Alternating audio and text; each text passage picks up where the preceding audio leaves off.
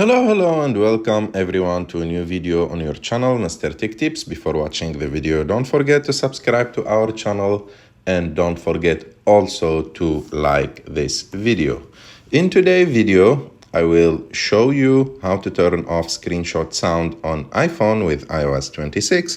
So to do this, you have two options. The first option, if you have the button that can change your phone from silent mode to normal mode.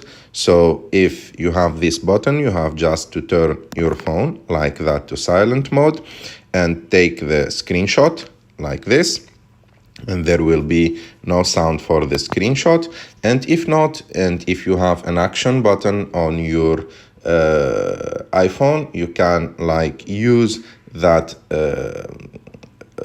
action button and turn your phone to the silent mode and also take your screenshot, and there will be no sound when you are taking the screenshots. I hope that you like this video. If you like this video, don't forget to subscribe to our channel to like this video, and see you in the next one.